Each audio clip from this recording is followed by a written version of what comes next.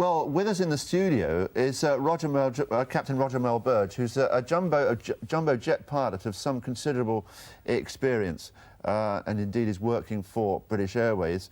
Roger, there have been many theories already. I suppose it's a natural human instinct to try and find out how on earth this tragedy could have happened. One thing that keeps emerging, and that is that the 747 is said to be one of the safest planes that there is. Yes, it certainly is. Its safety record, in fact, proves that. There have been very few accidents which can actually put down to the aircraft itself. Yes.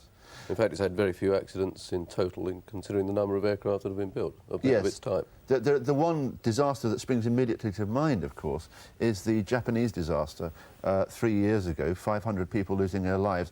And that was caused, wasn't it, by the kind of huge structural failure that just may have caused the tragedy at Lockerbie.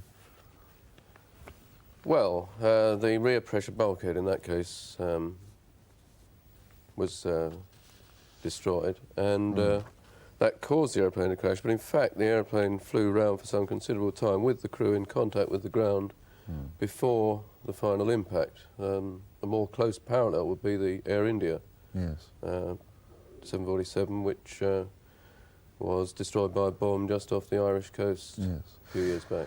Now, when people who know nothing about planes hear that a plane is relatively old, they start to worry, but this is probably very naive. Now, this particular Pan Am plane came off the production line in January 1970, 18 years old, and said to have flown 72,000 hours and made 16,500 different landings. Now, on the face of it, to those who know nothing, that would appear to be a relatively old plane, but there's no concern in that, is there?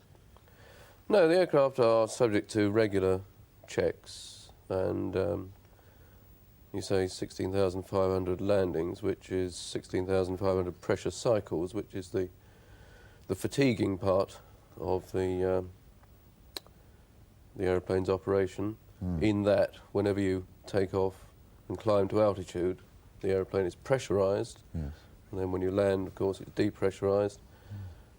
It's like blowing up a balloon and letting it down again. Gradually, fatigue does have an effect, but that number of pressure cycles is nothing in comparison with shorter airplanes, for example. Quite simply, the age of the plane is not relevant in this particular investigation. No, I said they're subject to regular checks, and in fact, the entire worldwide fleet of 747s of this type were checked some 3 or 4 years ago when cracks were found in the forward section of the airplanes, in the figure of 8. Because of the double curvature, with the pressurisation cycles, they found some cracks in that area. Now, obviously, one of the most important things that can happen now is to find those black box flight recorders. How sophisticated is the information that can be gleaned from that? There's talk of a three-dimensional image of what occurred during the flight. Do you have any knowledge of that? There's an awful lot of information. I couldn't give you a detailed description of everything, but you can, in fact, reproduce the flight from the information contained in that, and has been done on many occasions, reproducing the flights of aircraft incidents, for example. We must leave it there for the moment. For the moment, Captain Melburge, thank you for joining us. Pleasure. Well, let me just remind you that so far we know that 273 people have lost their lives in the jumbo jet crash. 258 of them were passengers and crew on board Pan Am Flight 103. The rest of them were victims from the town of Lockerbie off the Scottish border.